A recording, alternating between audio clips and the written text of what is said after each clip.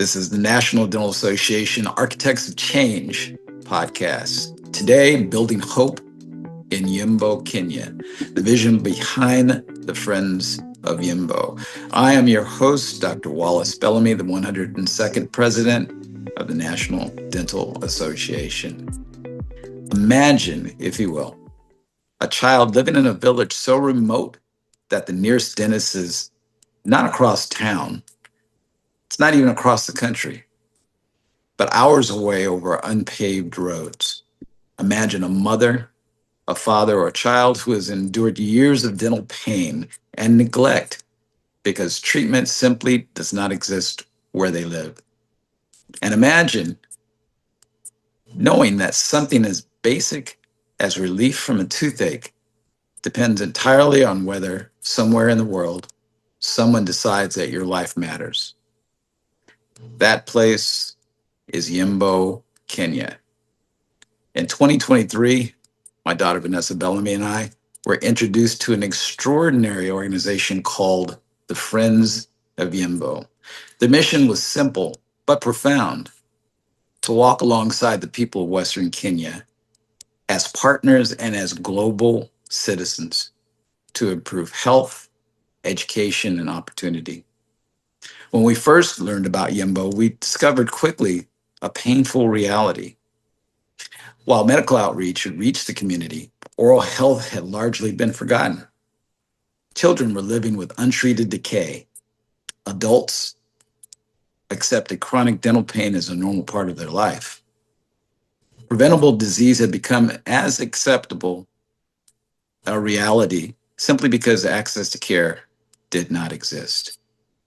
We knew the National Dental Association could not ignore this call. So Vanessa and I packed portable dental equipment, supplies, instruments, and our commitment to service. And together with volunteers and local partners, we traveled halfway across the world to deliver care where virtually none had existed before.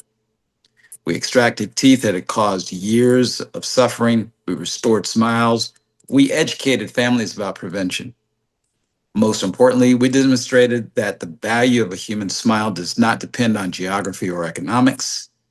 It was a reminder that the oath we take as dentists has no borders. Vanessa and I have traveled again this past year to Yimbo and are planning in the current stages our third oral health mission to Yimbo in 2027. As president of the National Dental Association, I believe our responsibility extends beyond the communities where we practice. It reaches every community where oral health disparities exist.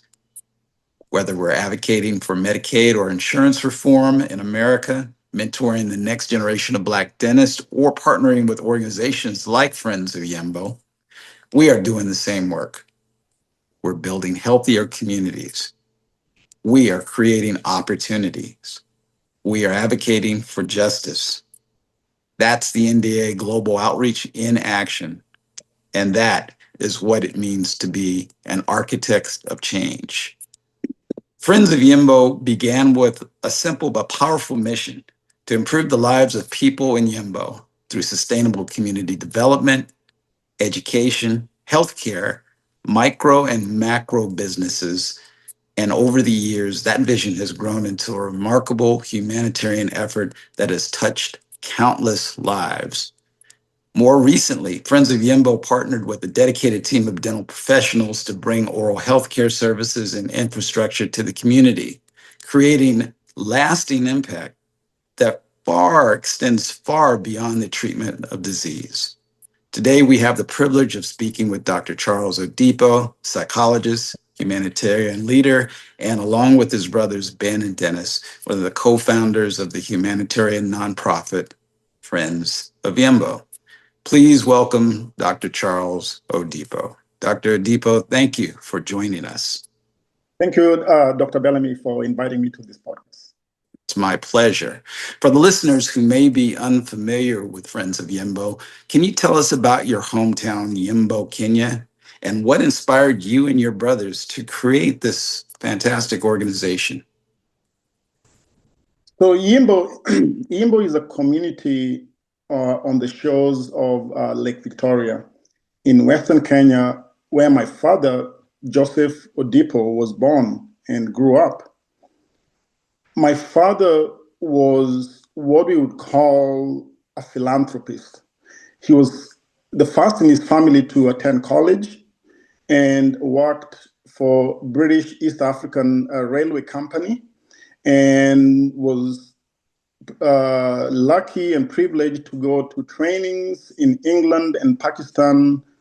And so he strongly believed that the key to success, particularly growing up in poverty and in a rural setting, that the key to success, and which changed his life, was through education. So he ensured, number one, that his children were the one thing with my dad that he would not compromise was education. And so he made sure we got quality education. But he just did not think only of his children. He wanted everyone to get access to education. So the little money that he had, he would pay tuition for his siblings and other needy kids in the village. And during that period, now he tells the story, there was no school. There was the school that we work with in Yimbo now is called Muguna. Muguna was not there. So my dad and a few of his friends from Nairobi decided we need to have, the kids in this village need a primary school. So he donated some land, and together they went to and got friends who donated materials, and they built the first few classrooms for Muguna Primary School. As he had lamented for a long time that the kids were walking 4 miles just to go to the nearest school. Remember, we grew up in Kisumu. Kisumu is about an hour and a half. It's the third largest city in Kisumu. That's where we grew up. And so we lived in Kisumu, and we would periodically go to Yimbo, where my father was born. And every summer we would go to Yimbo for the summer holidays. And I always recall, and back then we would be upset because our dad would come to our rooms and just cherry pick the shirts that he observed that we were not wearing, and he would take them to the village, to the kids who needed them. At that time, we didn't realize what he was doing. But basically what he was saying was, you have more than enough. Others should have access to some of the things that you. Unfortunately, my dad died in a car accident in 1991. I was in college at the time, and a few years later, I finished college, and I was lucky to come to the United States for a master's program. My brother Ben followed me a few years later, and we were living in California, USA. Fast forward to 2000. So we are living in the US, and my brother Ben and I returned to Yimbo to visit Yimbo. And Dr. Bellamy, if you recall, if you've I know you've watched it. If you watch the movie The Godfather, the first Godfather, where the Godfather is seated in a room and there's a long line of people just waiting to see the Godfather. That was our experience. So we get to Yimbo and there's already people waiting. And they have a lot of different problems. Oh, my son just finished primary school. He cannot afford a tuition to go to secondary school. Oh, by the way, your dad used to help us. Oh, my son needs to go to the hospital. And so we were hearing stories of what my dad would do with the limited resources that he had. And I looked at Ben on our way back. We were on the plane, and I look at him and I say, we can't do this. We cannot possibly do this. So we returned to the US, and we knew we could not sustain giving handouts. And so we returned to the US, and we consulted with some of our friends, and we co-founded. At that time, we co-founded Friends of Yimbo, and we found friends who shared our passion of working with at-risk people in Africa, in Kenya, and so that's how Friends of Wimbo was founded in 2007.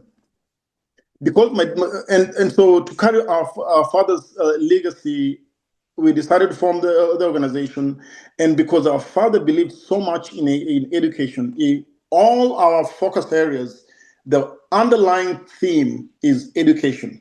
So whether it's medical, there's always clinicians coming in to provide education, and as Dr. Bellamy will remembers, they provided some oral education when they were in Kenya, despite providing other services, and so our underlying theme is education. So we have 4 focus areas. We have obviously we have education, and with education we built a library. We always bring books. We have introduced technology. We provide annual scholarships to the best 10 students and those that are highest of need, so typically orphans. We have medical and dental program, and that's where we are privileged to have Dr. Bellamy and Vanessa come and provide some dental services. So we have medical and dental camps. We have education. We have a micro enterprise program where the women have chicken farming, they do table banking, they have bakeries, they have tree nurseries, the youth have beekeeping, and so the micro enterprise has blown up. We used to have we started with 2 micro enterprise groups, each composing of 30 participants. Now we have 7. So 7 times 30, we have about 120 people participating in these micro enterprise projects. And last and not least, we have the clean water and sanitation program. So we sunk a borehole, a well. I think that was in 2009, and thereafter we started doing. So basically, we have water tanks, and they catch water from the roof. So if you think about it, they're all interconnected. Clean water and sanitation, education, community health, which is medical and dental, and then micro enterprise. So the goal of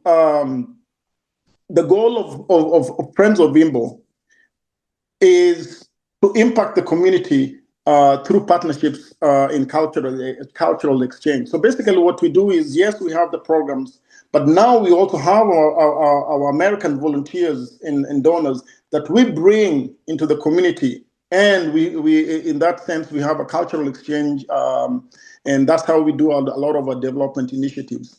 Our first humanitarian trip was in 2000. So we formed the Friends of Wimbo in 2007, and our first trip was in 2009. Since then, we have had 10 humanitarian trips. So we go every other year. The only time we didn't do every other year was between 2020 and 2023, and that was during the COVID-19 pandemic shutdowns. So that, in a nutshell, is what Friends of Wimbo does. And again, we are really, really happy and humbled to have partners like the NDA. Excellent. Great legacy story from your dad and how you and your brothers picked up on that. But there's some basic needs that the village of Liembo that I personally saw when I was there, and how you guys addressed it. What, other than education, what was the greatest need that you saw for your village of Yimbo? That's actually that's an excellent question. And again, people typically articulate the needs based on what they are lacking in the moment. And the one thing that is lacking in that village is clean water and water and sanitation. So when we first arrived in 2009 with our volunteers, We had so we typically stay in the village for 5 to 7 days, and then at the end of our humanitarian trip, we have what we call a village forum. During the village forum, we typically ask the community what their most what their needs are, and we ask them to list the needs from the greatest to the from the least to the greatest. And no, sorry, for that was the other way around. The neediest to the least. And obviously, the first thing they shouted was water. We don't have water. And then the next thing they say, we don't have any hospitals here. And so our guests started asking them, where's the nearest medical or dental clinic? And they said it's about 10 to 15 miles. So think about it. This is a community that no one has a vehicle. The people who have vehicles that are from that community live in Nairobi. When they come with their vehicles, they probably come twice a year, 3 times a year. So really, if there's an emergency, someone is going to put you on a bicycle or a motorbike and rush you to the nearest clinic, which is 10 to 15 miles away. So they said poor, so we articulated, we came back, and obviously there's a lot of poverty. So when we came back, we kind of listed their concerns, and so the number one concern was we articulated as poor and limited access to water. The number two was poor and limited access to medical and dental care. Number three was obviously lack of jobs or access to finances. The villagers live on less than $1 a day. So, and then lastly, obviously, there's poor access to education and low literacy rates. So when you look at all these factors, they translate into extreme poverty. And so if you remember how we started our podcast today, if you look at all our focus areas, they are related to what the community wanted. Basically, what we don't do is what a lot of companies do. They have a lot of money. They go into a village setting. They do a clinic, or they install wells, and then they leave. There's no education, and that's why all those projects fail.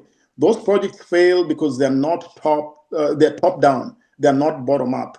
Friends of Imo is a bottom up approach to community development. What I see with what you guys do, Friends of Yimbo, is actually get the community involved in what you're trying to accomplish, or what they would like to see accomplished. It's not even what you're trying to accomplish, it's what they would like to accomplish, and how they're going to go about doing it. Because as you say, you're not giving them a handout. You're giving them an opportunity to lift themselves up, and to have the community come together there. And that brings me to another point that maybe Americans don't get to understand, not being there: the basic need for water.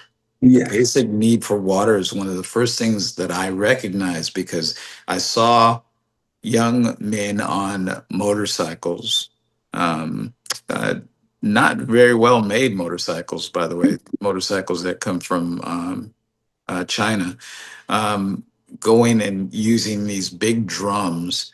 Don't know what was in the drums, but to get water from the local area where animals are grazing and where people are washing clothes and whatnot. And so the basic need for clean, drinkable water it really struck me. That was one of the first things that I saw.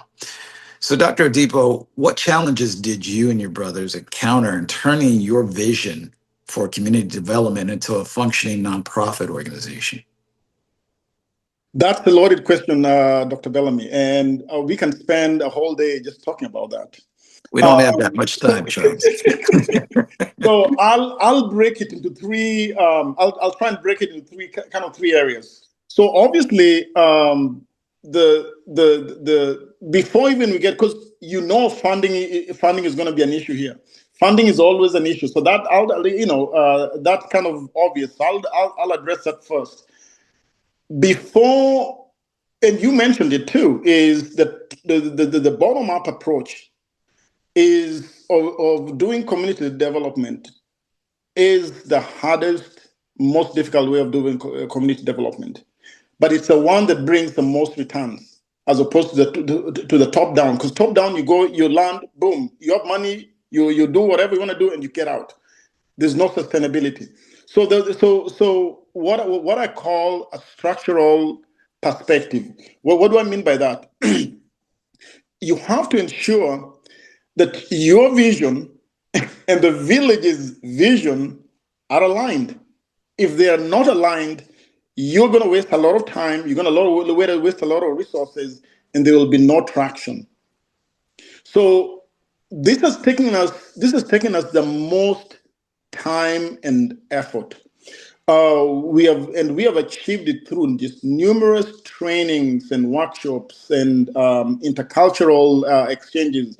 And even before the dental and the medical teams arrived, we were holding workshops and talking about Dr. Bellamy and his team are coming, and this is how we're going to be running it. We're going to have all these rooms. If you don't do that, if you don't involve the community, number one, they don't show up, or two, there's chaos. So that takes a lot of time. And you mentioned no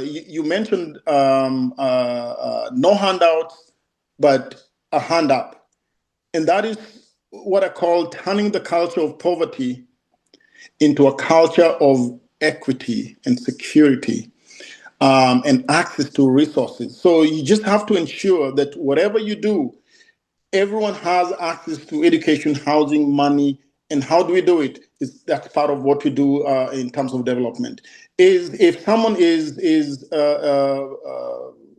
has, like as you saw, a lot of people have cavities. You miss school, you miss work, you don't go to your farm, you're always in pain, and that is loss of income. And they don't see it. Sometimes they don't see it that way until you educate them and say, "Oh wow, if I'd just gone and had this cavity failed, you know what? I would have gone to my farm yesterday. I would have harvested some corn, and I would have had a meal for the day." And so we tried to educate them that to, rather than focus on day-to-day survival, think about a long-term solutions to everything that they do. And so that is a structural perspective. And so when you are turning a vision into community development, you have to include the community. And unfortunately for us here, we are based in the US, and they are 10,000 miles away in Kenya. So it requires a lot of Zoom calls or going and having someone on the ground who also shares your vision, and you do training scenarios, and so it's just a back and forth. So that, to me, the structural perspective is one of the most key things to the key things that we had issues with, and I think we have done a pretty good job about that. There's legal and regulatory compliance, so you have to have a 501c3 involves obviously upfront costs. You have to have, and now again, this is important. You have to have a functional, independent governing board. The governing board has to have people who understand the area where you are operating. They have to understand the culture in those areas. And so one of our requirements for our board members is you cannot be a board member that has not been to IMBO, period. Because then we will have someone, and I'm making this up, someone saying, "Hey, if they don't have bread, give them cake." So we don't want that kind of scenario. And lastly, obviously, the financial and funding limitations.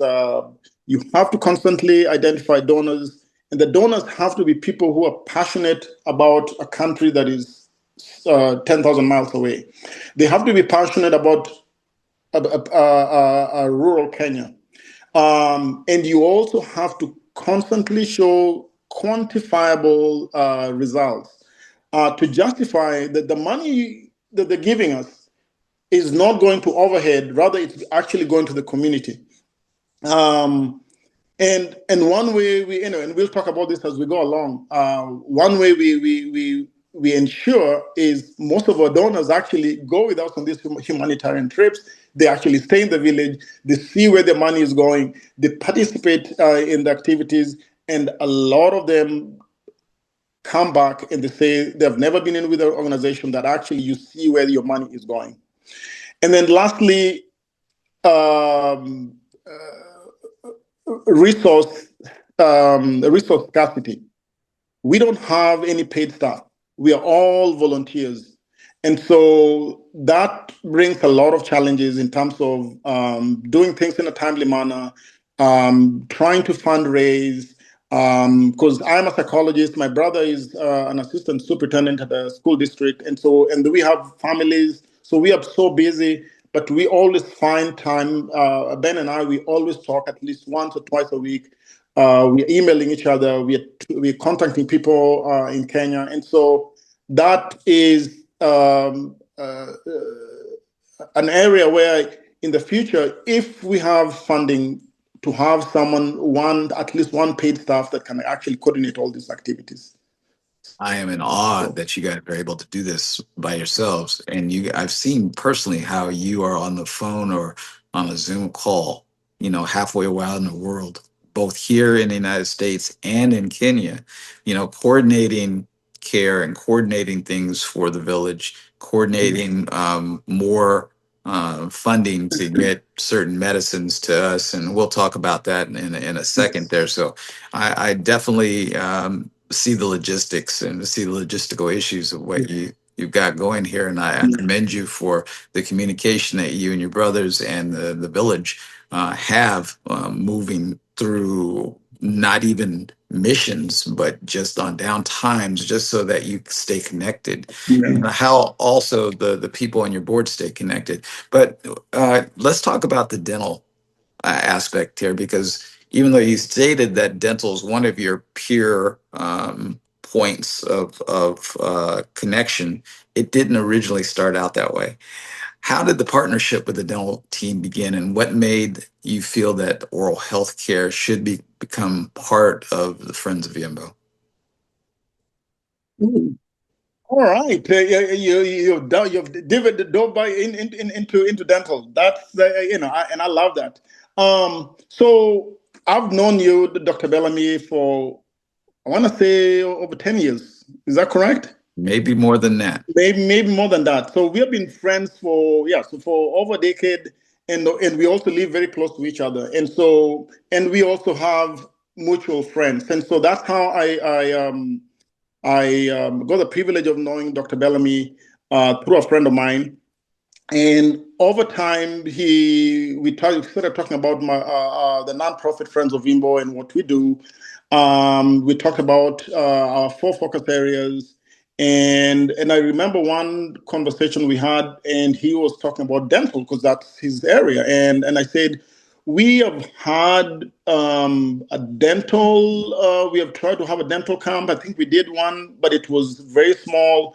It wasn't really well. We didn't coordinate it well because it came as an afterthought, and so we started having conversations, and to be honest, I did not know how serious he was about maybe one day coming. I've had, and that's one thing when you run a nonprofit, you will talk to a lot of people who will empathize and share your passion, but they'll never follow through or come on those trips. And part of it is also, it's finances, but also some people are that's not they'd rather go to Paris or and there's nothing wrong with that, but that's what happens. And so we get a chance sometimes to have people who we talk to about the things that we do, our passions, and if our passions align, they come through, like Dr. Bellamy did. So I remember he was asking me some questions, some dental statistics, and obviously I wasn't didn't know much about the dental statistics in Kenya. So we agreed I would get some statistics, and then also when they had was that an India Sacramento branch, or yes, I think so. And so he invited me to one of the meetings in Sacramento to do a short presentation. And so I got some statistics, and for example, they were shocked that Kenya, a population of 50 million, only has about 1,500 dentists. Do you know that translates to one dentist for 30,000 patients? Mm. That's amazing. That is amazing, because here in Sacramento, there's at least 2,500 dentists here in the Sacramento area, and we're talking about the entire. And what is the ratio? Kenya. Do you know what the ratio is here? I honestly don't. Yes. I used to, but I don't. Yeah. So if you think about it, the ratio is 1 to 30,000. And then we have, let me see, I can find, we have over 34% of Kenyan adults have untreated dental diseases.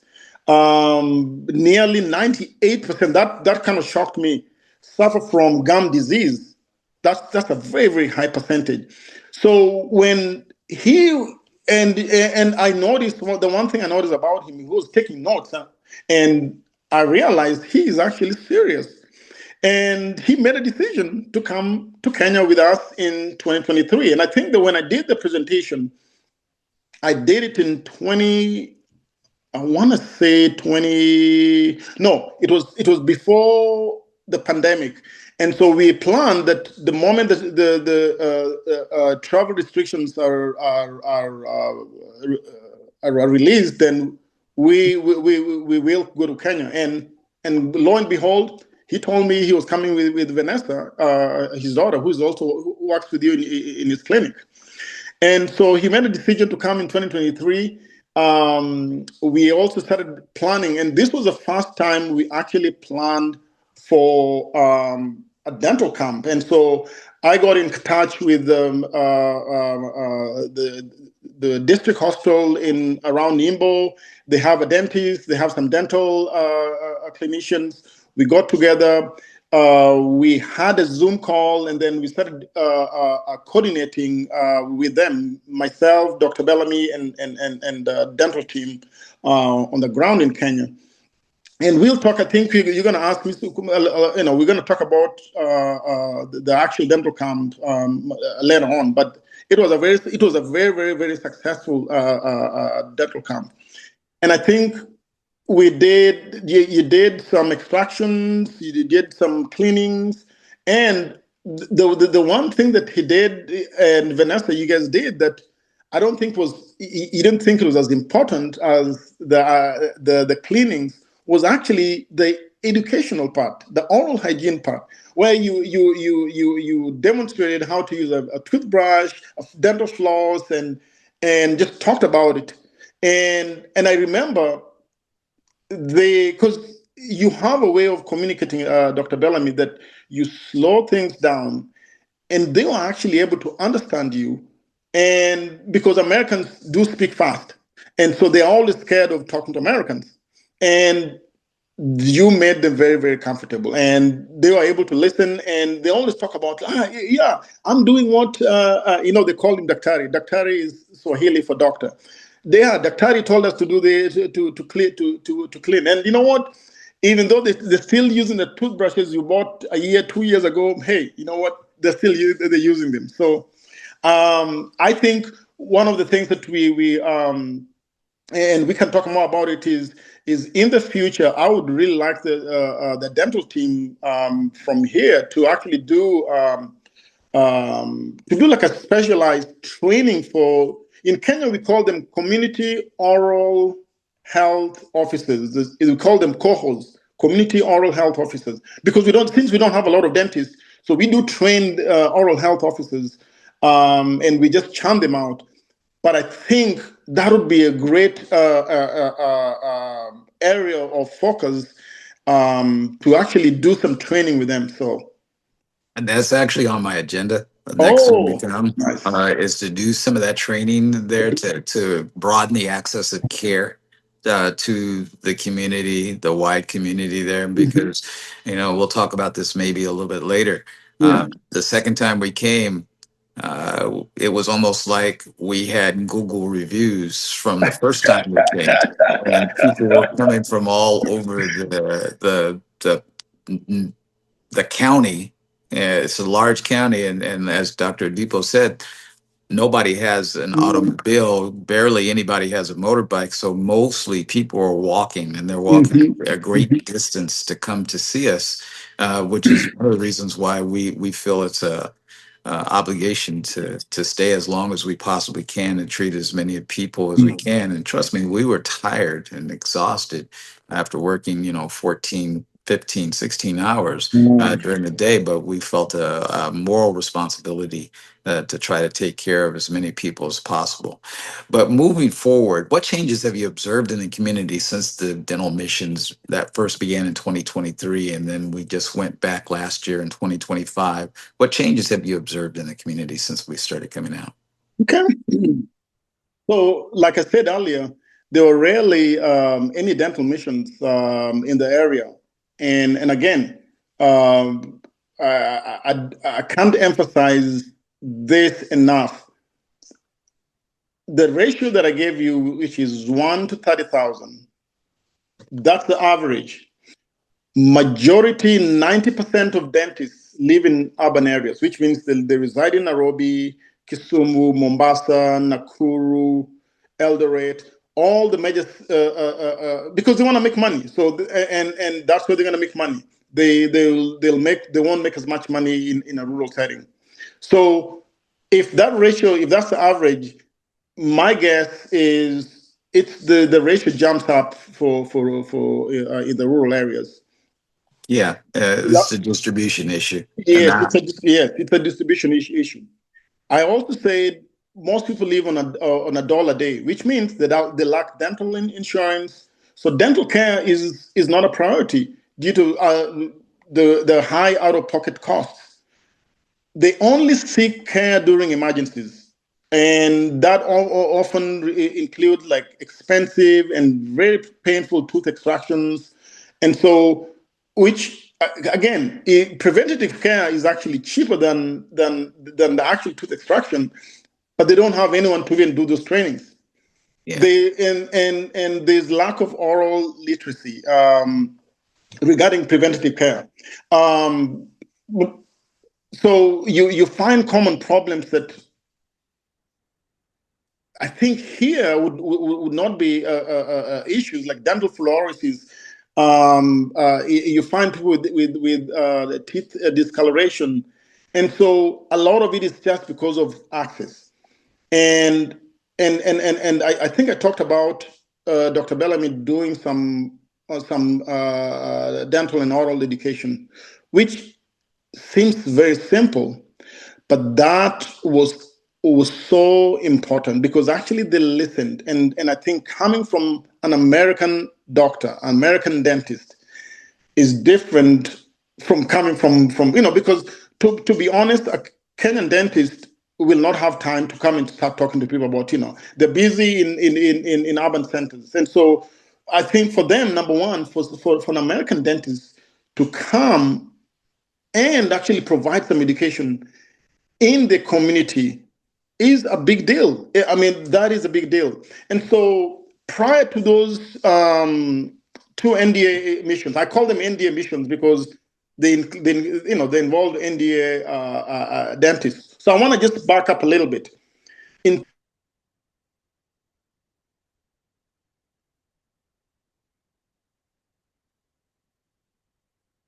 Dr. Depot, I think I lost your audio. Oh, I'm sorry. There you go. You're back. Okay, all right. Okay, so I was saying that prior to the two NDA members coming, I just said I wanted to give a shout out to Dr. Blanchett because he contributed, donated about 300 dental kits in 2012. And then also in 2016, I think he contributed about 300 to 500 dental kits. And then in 2018, Dr. Bellamy contributed about 300 dental kits. And then in 2020, I think Dr. Bellamy also contributed another some dental kits. And at that time, which was interesting, we were having conversations about going to Kenya, but that did not stop you from bringing, donating things for us to take to Kenya. So we are really appreciative of that. And then in 2023 is when you came with your daughter, Vanessa. And like I said, we had one local dentist, and we had several nurses to help. You brought about 500 dental kits. The numbers were, and that was only it was not even a full 2 days. It was maybe 1.5 days. And between you, Vanessa, and the two dental clinicians in Kenya, you're able to do 80 extractions, about 100 cleanings. You did the oral education we did, and I think we counted over 1,000 antibiotics were prescribed. That was amazing. That was more than any other dental team had done in that area. Think about that. And you only came for a day and a half. And I recall both you and Vanessa were kind of disappointed because you wanted to continue until the end of the day. But the program was until I think it was until midday, and then we were going to do to the rest of the program. Now, during that visit in 2023, that was the first time we actually coordinated with the district hospital, and again, because of lack of care, lack of access, they don't want just a dental team going or an eye team going or whatever different areas of medicine going. They want a coordinated. If we are having a camp, then we want to make sure that anyone who comes who does not have a dental issue can also be taken care of. So I think during that in 2023, we also did vaccinations. We did general medical checkups. There were the other doctors did some treatment of minor illnesses, and you did, and also the other doctors did some referrals to the local hospitals. So it ended up being actually a full medical and dental camp. Then we came back. We went back to the drawing board, and we decided 1.5 days was not enough. And I think. And your daughter is very, very passionate. The fact that some people were turned away in 2023, she did not like that. So she wanted to make sure that she saw everyone that came for the clinic. And so for 2025, we expanded it to 3 days. During the 3 days in 2025, so think about it is, they did 8 extractions. They saw about 100 patients. In 2025, the total number of patients that came, whether it was medical or dental, was 322 patients. The dental team consisted of Dr. Bellamy, Vanessa. There was Tim, who's a nurse, and Claudia. So the California team had four clinicians, and then the Kenyan team had 3 clinicians, one dentist and 2 dental hygienists. Shout out to Dr. Cyprian Onegi. Yes, Dr. Cyprian Onegi. Yes. And you and him have had an excellent relationship since then. He's in awe of you, Dr. Bellamy. He talks about you all the time. He's one of the best surgeons I've ever come across. And let me digress a little bit. The first time he did not want to, when we had, and I think I told you the story, when we first started planning for 2023, and I set up a Zoom call, and he said, "No, you go ahead, and you've been there longer. You will understand him. American doctors talk way too fast. I will not understand him. I don't want to embarrass myself." And so, so I ended up having all these Zoom calls with Dr. Bellamy, even though I'm not a dentist. And eventually, we were able to pull him in. And when he finally met and started talking to Dr. Bellamy, he was like, he actually taught. I can understand him. So that's kudos to you too. So moving forward to 2025, the dental team, like I said, saw 322 patients. The overall medical camp saw 1,100 patients in 3 days. That was a 40% increase from the prior camp. So think about it. So we increased the turnout by 40%. We increased the dental by close to 60%. And I'll tell you the reason why. The first time, number one, it was a shorter, it was only 1.5 days. But typically, the first day of any camp, the patients they're worried and they're not sure. These American doctors, what are they going to think about us? And then once they interacted with Dr. Bellamy and his team and how kind and generous and welcoming they were, the word went around the village and people came the next day. And so they knew, and and like I said earlier, we do a lot of preparation before any team comes to Kenya. We do workshops, we do trainings, and they were asking me, is Dr. Bellamy coming? Is Vanessa coming? And so we told them, yes, they're coming, and they're bringing two other dental clinicians. And so they were like, they're very kind. It's like, even though there's a language barrier, I think we get each other. And so this time, day one, they were by the time. So typically our clinics start about 8:30, 9. By 9 o'clock, there were already 100 people waiting. And so, like I said, we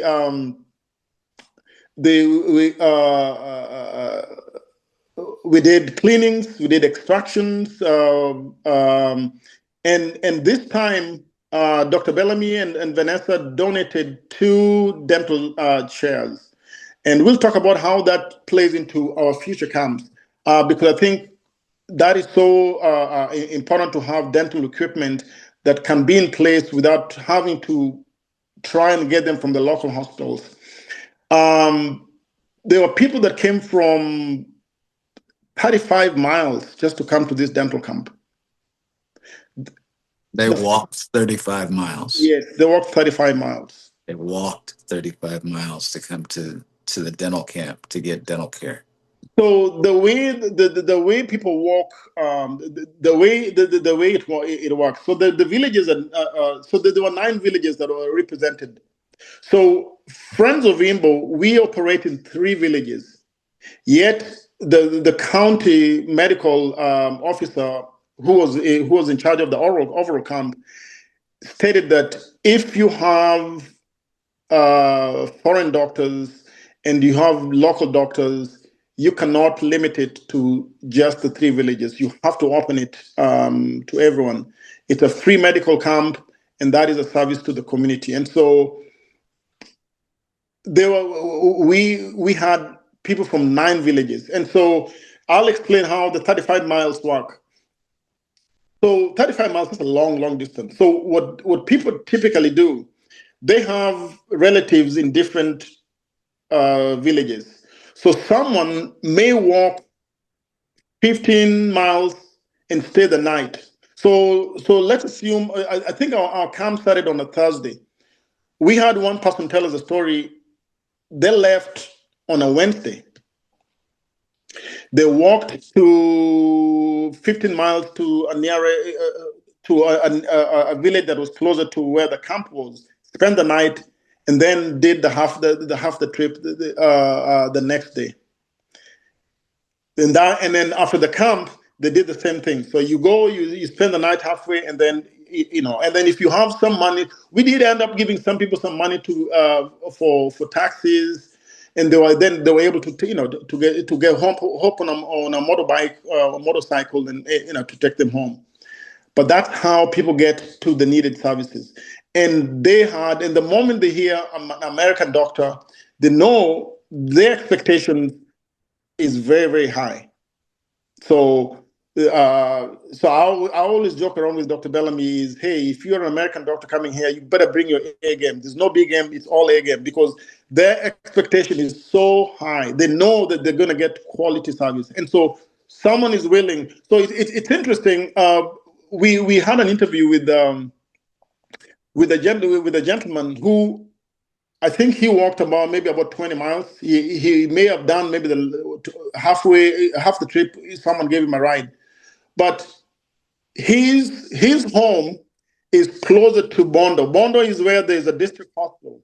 There are dentists there. He opted not to go to the Bondo. He opted to walk a longer distance to go to access the American dentist. So just a sweet, but just as a side. And so he said, no, I had to come. These guys were here in 2023. They were really active. They were really good. And I had to get my teeth looked at by an American dentist. So since 2023 and 2025, and I always just lump them together because I think they build on each other. There's been higher oral literacy rates because of the preventative care that were done in 2023 and 2025, the oral education, people are brushing their teeth more. There are people still using the same toothbrushes that donated by Dr. Bellamy in 2025. But you know what? As long as I've been told by dentists, as long as they are brushing the teeth, it's better than them not brushing their teeth. They're more likely to go and get extractions. This is an interesting take because there is a fear of dentists. Dentists in Kenya are, like I said, if you only have 1,500, and in a rural setting, you may have one covering, you may never see the dentist. And if you see the dentist, they do not spend a lot of time with you. The team that came from the US, from California, spent a lot of time with the patients. They took care of them. And I remember, and you might not remember this, but I remember during one of the break, I'm seeing Dr. Bellamy coming out with a kid that he had just removed his teeth. And the kid did not even cry. And so I remember taking a picture of you. You squatted and you put your arm around him. You gave him, I think we had I can't remember what you gave him. And he was just all, I want to say all smiles. He wasn't all smiles because his tooth had just been removed. But the optics was for the whole community. This is a dentist who's taking his time, walking out with a patient, posing, squatting, and taking a picture. And so they are now more likely. So that actually demystified the fear of doctors, and people are mostly and people are now more likely if they have any pain, they know, okay, this is this is because I may need an extraction, I may need this looked, I'm gonna go and see a dentist. That is a consequence of these last two dental camps. So I think that has been great, and we are looking forward to 2027 to build on what we had in 2023 and 2025. We're starting to do our planning. Actually, Vanessa and I were talking about that the other day. Oh, and you had mentioned the equipment, and yes. the second mission included significant equipment. And let me tell you, the first mission had no equipment. It had absolutely nothing. We operated in regular chairs, and I think one person went and took the trip, and you'll have to tell how many miles and how many hours it took for this trip to go to Nairobi and Yes. get one of those zero gravity chairs that we thought was going to work really, really well. And we were excited. We're going to get a zero gravity chair. What I forgot is that those zero gravity chairs are very close to the ground. Yes. I had to actually work on my knees. It was really tough on my back. Mm. The ergonomics were not good, and I do have several pictures of that. But how many hours is that trip back and So forth yes, from so Yembo to Nairobi? so in 2023 we and actually you did have a chair that we could have taken, but we ended up not taking the you had a zero gravity chair that I think you got it from Walmart. I can't remember where you got it from. So we ended up saying asking one of our coordinators to go to Nairobi to buy a zero gravity chair. So he hopped on a bus. It's 7 hours on a bus. One way. Got one way. Got to Nairobi, went and bought the chair, hopped back into the bus. Another 7 hours back to Yimbo. That was 14 hours. And I think we thought that would solve the issue. And obviously, as Dr. Bellamy says, it was not a very comfortable, and it was really close to the ground. So we knew we had to upgrade on that. Before I talk about the donated chairs, Dr. Bellamy, they, they are, in addition to the donated equipment, I think one effect of you and Vanessa coming in 2023 and 2025 and the impact to the community sent a very strong message to Bondo Medical Hospital, which coordinates all the medical and dental in that area. And they realized how, with limited resources, a well-organized camp can achieve a lot. And so they have, since then, they've wanted to partner with us, which is what actually the Kenyan government is trying to do, to address infrastructure deficit. So what do I mean by that? Is they don't want just dentists going and providing care, or medical doctors going and provide, because or an eye doctor. They want coordinated care, because then you can serve tons of people and multiple populations with limited resources. And because of what we did with the Bondo Medical Office of Health, is we have shown that a team from the US can coordinate a trip, a medical and dental camp, because we were going to talk about, we also had a medical doctor from New Jersey that accompanied us. And we were able to work in sync with the local dentists and see over 300 patients. I mean, they still talk about it, is how just a limited number of clinicians could achieve that much. And so the other thing that you and Vanessa addressed in 2023 and 2025 was the cultural beliefs, the traditional practices. I think hinder oral health promotion. People don't want someone touching their teeth. People don't want someone talking about what they need to do. But the way you did it, the way you were able to provide education and attend to people and individualize your care, I think that's what I was looking for. It seemed like it was individualized care. So you're just not going, So we did have a dentist 10 years prior to that who was not very good, and he was just rushing patients, and this was totally different. And both the patients and even the team from Bondo, the medical team from Bondo, watched how the team from the US were working, and it was very impressive. So I think moving forward, this is what the Kenyan government actually wants to do. And now this is what Friends of Yimbo, NDA, and the MOH, the Ministry of Health, is doing, is is we are incorporating oral screenings and preventative care in the community. Basically, that's basically what it is: oral care, preventative and preventative medical care, and that is what we did in 2023 and 2025. When we talk about equipment, Dr. Bellamy donated 2 dental chairs that we are, again, our goal is to have a community center built.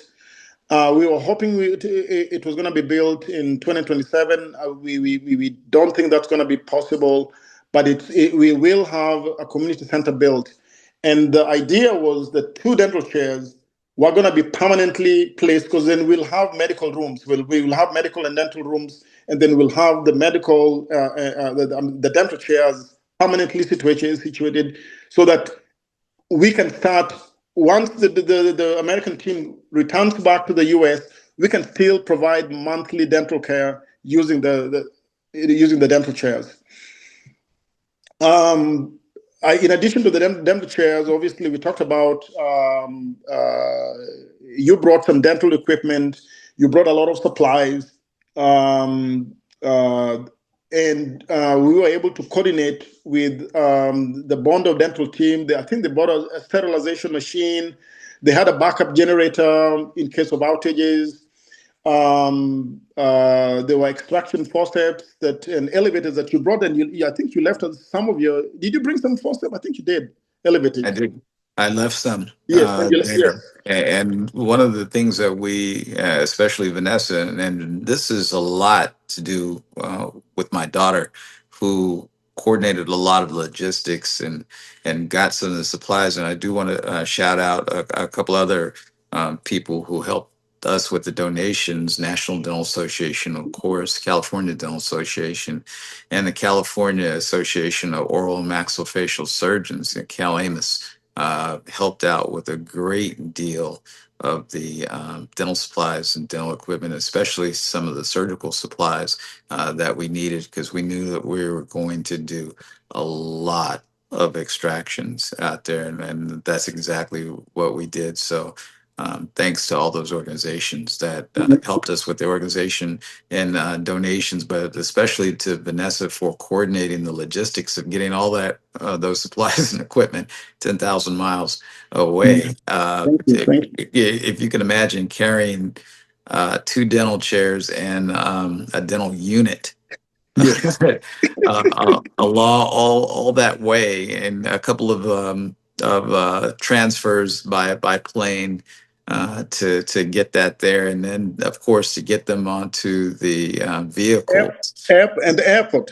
and the airport there. Thanks to your coordinator at the airport for helping us to get some of that equipment through. So we could tell stories about that forever like on the first, especially in the first trip. But the Oh my second trip God. was very well coordinated, and we got that equipment through, and we were able to set that up and leave that equipment there for other dentists to come out and operate. And those chairs don't necessarily need to be just for dental use; they can be used for medical use as So for medical use too. yeah, so there are multi disciplinary chairs there, and of course we had a wonderful podiatrist with us on the last trip, Jen, Dr. Jen from New Jersey, who made a fantastic, great difference in the community in just care, and then she's one of the most caring physicians that I've run into in a very long time, and I think that was a good coordination of both the oral and medical care in that area there. But what does the equipment that was left there mean for the future of healthcare in Yimbo? So, like I said, I think without the equipment, Dr. Bellamy, is we would be then forced to go and either rent equipment from Bondo, which is 30 miles away, and they may have 1 or 2 dental chairs, and I think they have maybe 2 dental chairs for district hospital that serves. So the likelihood of them even giving us those dental chairs are slim to none. So having those two dental chairs mean that we now have two rooms that we can do simultaneous dental work, and and I think the most important piece of having them there is we can now coordinate, and you can do it from here. Coordinate having dental visits, dental camps at least once a month, depending on funding. So I think that is so important, and we really thank you for that. Yeah, that's not a problem. That's exactly what we wanted there, especially Vanessa. Yes. Vanessa has this vision for oral health care in Yembo. She considers herself a citizen of Yembo Yes, as yes, well as yes. I. And she's and we're very serious about that. We really feel a part of the community, and thanks to you for introducing us to the community and the culture. And we want to do the very best we can as we return. But as a psychologist, how do you view the connection between oral health care, total health dignity, and self confidence in community development? So obviously, this comes as no surprise that a good smile is correlated with personal dignity and self confidence. So I think that's obvious. And I think poor oral healthcare will trigger social withdrawal. So if someone is not confident and they about their teeth, or they have their teeth are discolored, they're less likely to be they're likely to have poor social skills and don't want to be around people.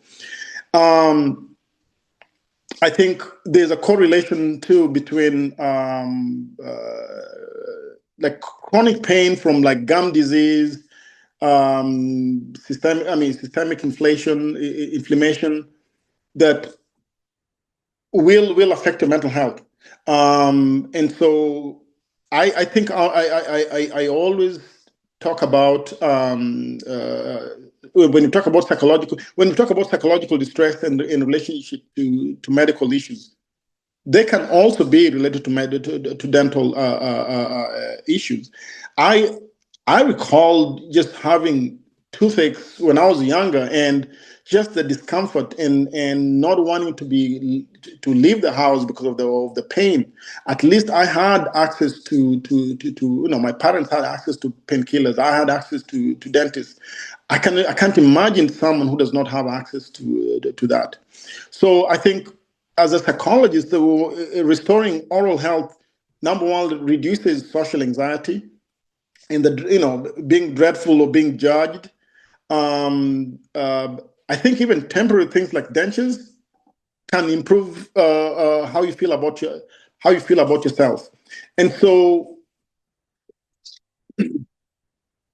um,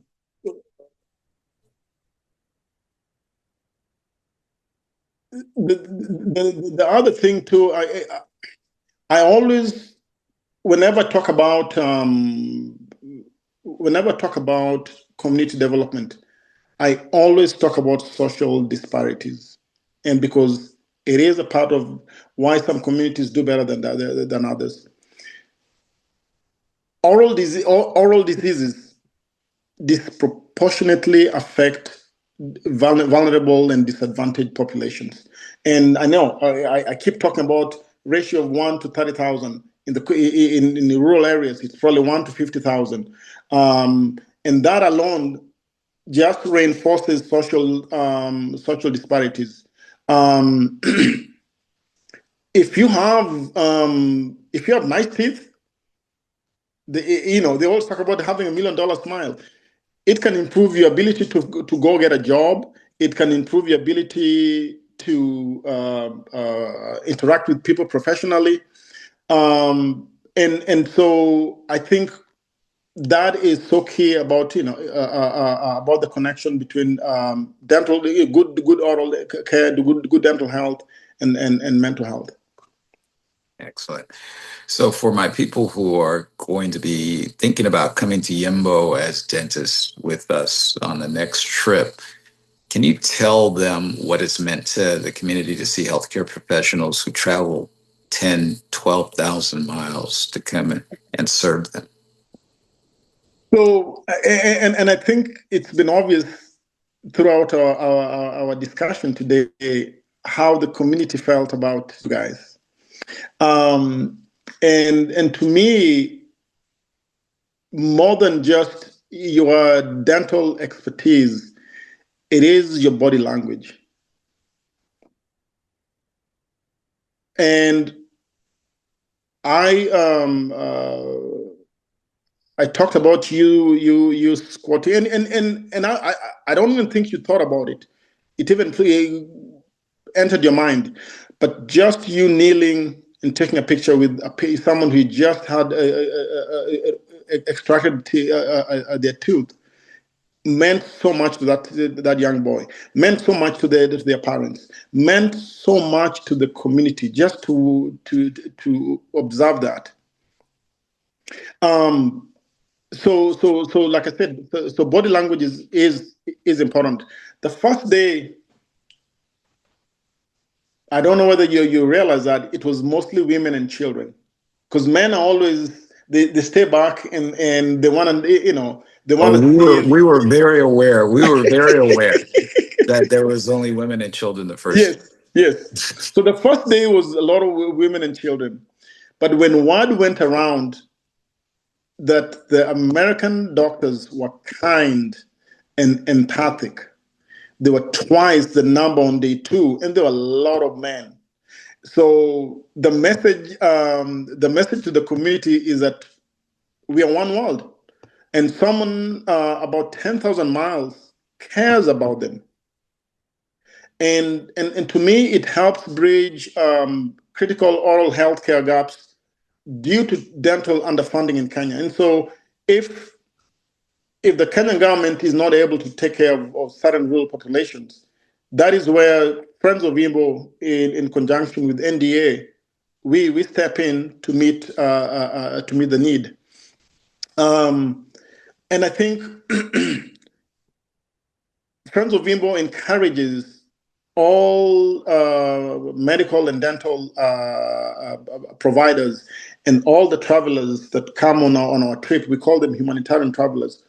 We encourage them to stay in the village for 5 to 7 days. By doing that, there's the part of cultural exchange that happens.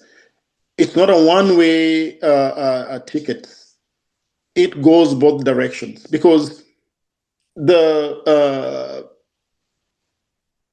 we talked about how Americans talk fast and people may likely get intimidated.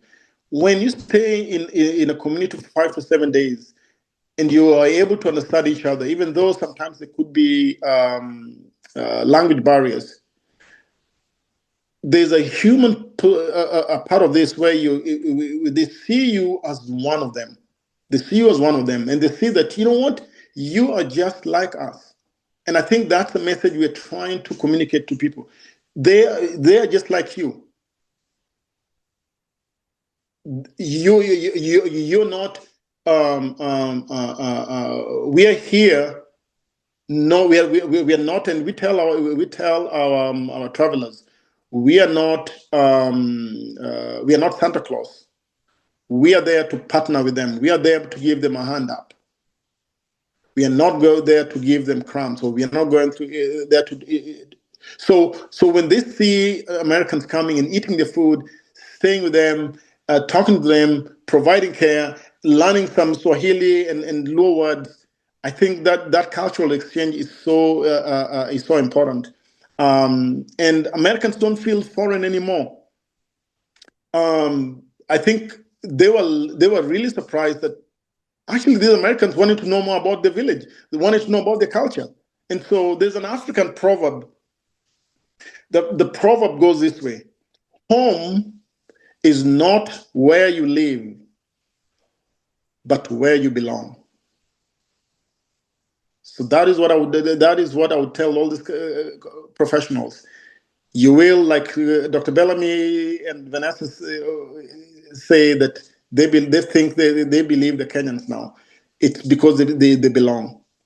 And Dr. Bellamy talked about the other doctor, Dr. Hassan. Dr. Hassan would go jogging every day after the camp, and as she jogged, villagers would invite her to their homes, and she did go into some of their homes, and it just felt she just felt like she was at home.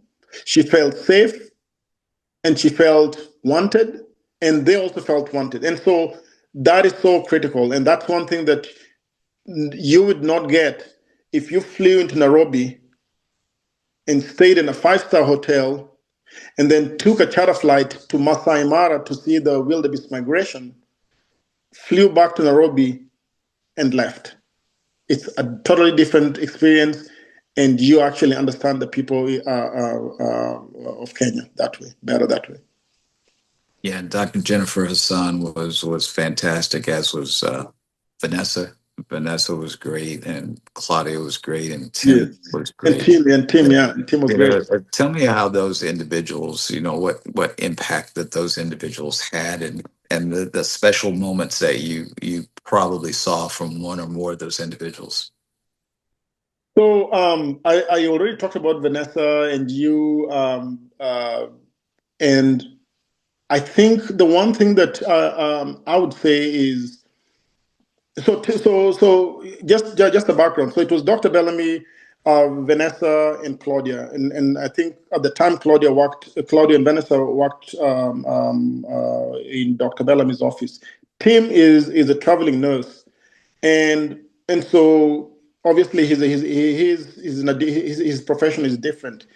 Yet he chose to work with the dentist, and the way the four of them were working in sync, that was, I think, to me, that was one of the most impressive things. Is they would rotate. They would, if someone was doing cleaning, the other person was doing extractions, and they would, when someone got exhausted, they would switch. Um, I think the microcosm of who the dental team is. They arrived. So the clinic started on a Thursday. The clinic, the team. I think the team arrived on a Wednesday evening. So we picked them up in Kisumu. Kisumu is about an hour and a half, maybe 2 hours drive from the village. By the time we got back, dinner was ready, and they wanted to go to the school where the dental campus was going to be the next day, to kind of get situated and see where they were going, the rooms that they were going to be allocated. And so I tried to convince them, like, okay, we can go tomorrow morning. And they said, no, we want to do it now. This after traveling from, you came from San Francisco or LA? San Francisco. San Francisco to Dubai, 15-hour flight. Dubai to Kenya to Nairobi is another 5-hour flight. From Nairobi to Kisumu is another 1-hour flight. So they had been traveling for 2 days. And then another hour and a half, 2 hours. And then another hour and a half to drive to the village. Yeah. And yet they wanted to go to the site. And that's so what we came there for. Yes, and I understand that that's what they kept saying. This is what we came here for. So immediately after dinner, we went to the school. They were able to look at the rooms, and no electricity on that first. Yes, no electricity. But I remember you had your head, your flashlight on your, and so they did that on Wednesday night. Very, very early on Monday morning, I see Vanessa and Dr. Bellamy, Tim, and Claudia. They're already in their clothes, and they're ready to go. They eat breakfast and boom, and they're walking to the school. Now, the one thing about Vanessa came in 2023, so she knows where the school is. The school is about maybe a 5 to 10 minute walk from where we were staying. She did not wait for us. She was already out walking towards the school. and in tow was Tim and Claudia. The one thing that I would say that the four of them worked tirelessly, and I think part of it was because 2023 there were people who were turned away, and I think and I'm I don't want to put words in your mouth, but maybe they did not want to see anyone go home not attended on their watch. So that meant that there were days that they worked through lunch, and I remember going and asking some of them, "Hey, you need to take a lunch break," and they're like, "No, I have one more person that I need to see." And in the evening, it's time to go. Like, no, and they would work until dusk. And I think that's one thing that a lot of people say, well, like they work tirelessly, and I'm just in awe. And they're hugging the kids that they're treating. So it was the body language that was, to me, just said who they were, and what they were on a mission, and they were there to execute the mission. And the villagers noted that these are real professionals, and that's why people are walking 20, 35 miles to see them. I appreciate that. Yes. I don't know if we worked tirelessly. We were tired. We were definitely tired, but we're happy that we were able to serve as many people as we were able to serve. And no, we did not want to have anybody not be seen. We've come all that way, and they'd walked all that distance and made sacrifices to get there. We wanted to make sure that they were seen and treated equitably. One final question: if you could send a message to members of the National Dental Association or others who are considering humanitarian service, what would you want them to know? Again, you have a habit of asking these loaded questions. Those are good questions. So the first thing I would say is the humanitarian impact. You're serving very poor and disadvantaged populations that without you may go through their lives without having access to dental care. So that should always be if you can do it, please do it. Dr. Wallace, I keep calling him Dr. Wallace, Dr. Bellamy and his team were able to resolve pain and prevent like life-threatening infections. I think there was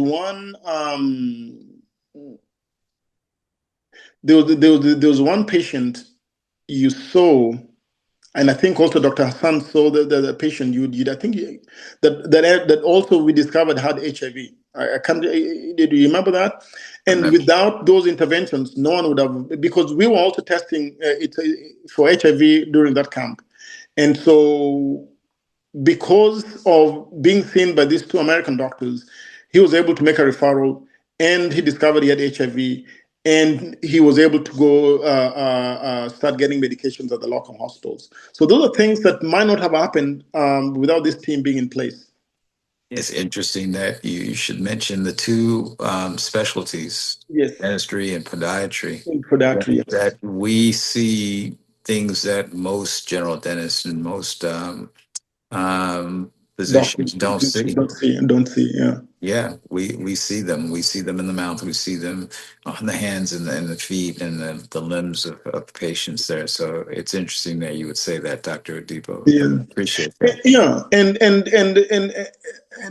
again, I'm repeating myself here. Is like, as much as I appreciate the extractions, the cleaning, teaching patients just simple oral hygiene techniques, I think will transform their long-term health trajectories for a long time, because we know preventative care is what people who don't have access need the most, because then that will help them not get to a point where they have to go and have extractions. And I think having been taught by the American doctors was a big deal, and they were more likely to listen and implement what was being taught than if it was done by someone else. The second thing is personal enrichment. So we talked about the humanitarian impact. There's a personal enrichment where we talked about it enables you to experience new cultures. You build empathy and form long-lasting relationships. He said it. Dr. Bellamy and Vanessa and the team, they are Kenyans now. They are from Imbo, and I have no doubt Dr. Bellamy can get on the plane, go to Imbo without me, have a very comfortable 2, 3, or 4 day stay, because people know him and people love him. And so that's something that, you learn other cultures, you live in the community, professional growth. And I'm gonna talk from a psychological perspective, and hopefully this translates into dental care. Is when you practice in areas with limited resources, it forces you to think creatively and adapt your skills. I know the psychologist that makes you have to adapt whatever you are taught in an American school, and you become more versatile practitioner. Would you agree? Yeah, I agree totally. Okay, and so and then another one would be diverse exposure. You will encounter pathologies, and I remember and I can't remember what it was. You will encounter advanced pathologies, conditions that you're unlikely to see in the US. And I remember the other doctors talking about, like, oh my goodness, I'd gone through medical school without even seeing this, and I'm sure that's the same thing that happened with you. Many times. And so those are three things. Those are three areas: the humanitarian impact, personal enrichment, professional growth, diverse exposure, and the one thing that we try to do is once you fulfill your commitment to the village, since you're in Kenya, you have time. Maybe you have a week to spare. You can go on safari. You can see all the other parts of Kenya that you may have read in your geography books. You can experience a wildebeest migration, where you see 1 million wildebeest into Kenya. You will see, and some of our travelers have seen a leopard kill, which you'll never see anywhere. So there are a lot of things. You on your drive to Nairobi, you'll see a carpet. You'll think you're in a football stadium, because all you see is green, and it's not astroturf, or it's not grass. It's Kenyan tea. And so that is Kericho, which is part of the highlands. As you're driving to Nairobi, if you don't have a lot of time, you can just, if you say you came to Kenya and you only had a week, you go into the village for the dental camp, but you always wanted to do a safari, you can quickly go back to Nairobi. And Nairobi is the only city in the world that has a national park around it. So you can go do a quick safari into Nairobi National Park and jump back into the airport. Nairobi National Park have elephants, lions, some leopards, and some rhinos. So and buffaloes. So they're right there. At least the big four, some of the big four, you can see them in Nairobi. We had an opportunity to see that and many more. You want to tell them about the other trips that we were able to take? Yes. So every year, depending on the people that go on the trip, we do a poll in terms of the travelers. So we typically have an average of 25 travelers. There was one time we had 35. That was way too many. But typically, it's an average of 25. And out of the 25, we will do a poll. Where have you wanted to go? Some people want, some people want to go to Masai Mara. Some people want to go to Mombasa, which is Florida, like Florida in Kenya. Some people want to go to a different country. When Dr. Bellamy and Vanessa and Tim and Claudia came, we went to Egypt. So we went to Cairo, and then we did a Nile cruise, and we went and saw all the pyramids. That was just amazing. Another group went to South Africa. They went to Robben Island, see where Nelson Mandela was imprisoned for, I think it was 19 years. They hopped on a flight to the Zambezi Falls. Zambezi Falls is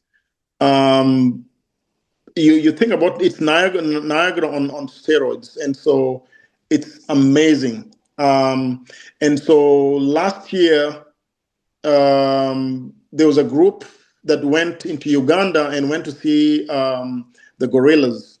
So every year we plan something that is outside, either if it's outside Kenya, but it's something that is different that people have interest in.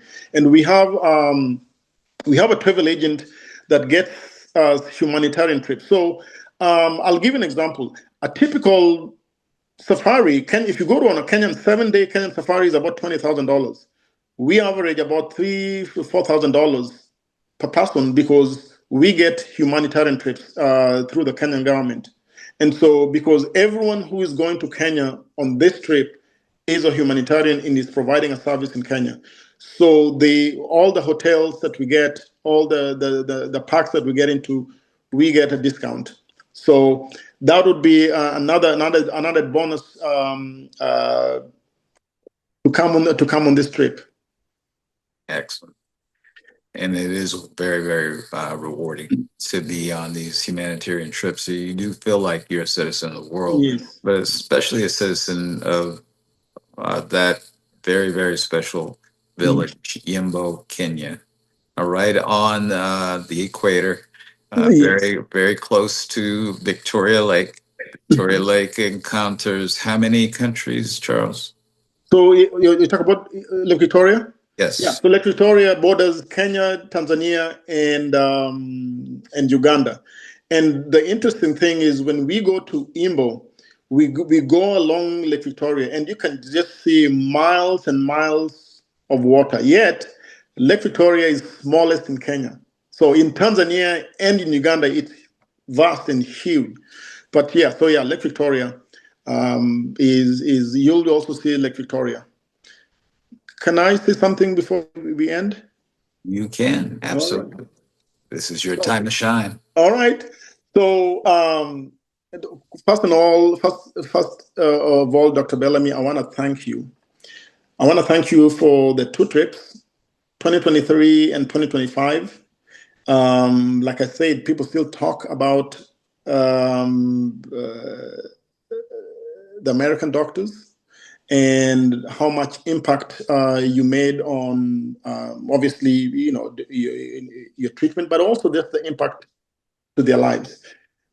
That someone from that far, 10,000 miles away, can just come and love them and be one with them and share.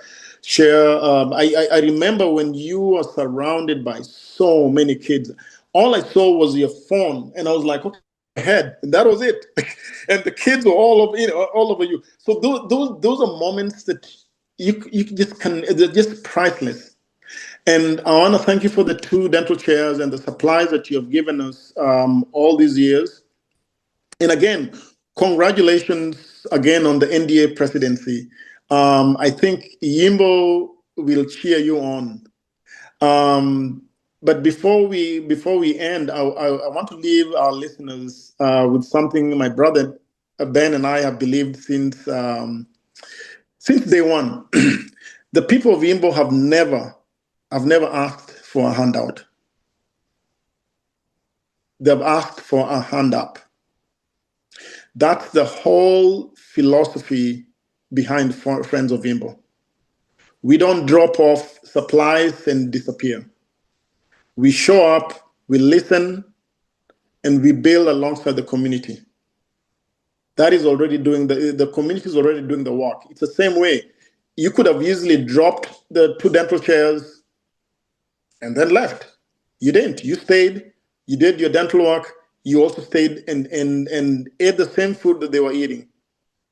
And here's what makes Friends of Yimbo different from almost any other nonprofit. Because you could give your time. You could write just a check from afar, but you go to Kenya, you go to the village, and you live for 6 days alongside the families whose lives your work touches. Few organizations will ever hand you that kind of seat at the table. We will. So right now, if you could go to Friends of Yimbo and make a gift, whatever size feels right to you.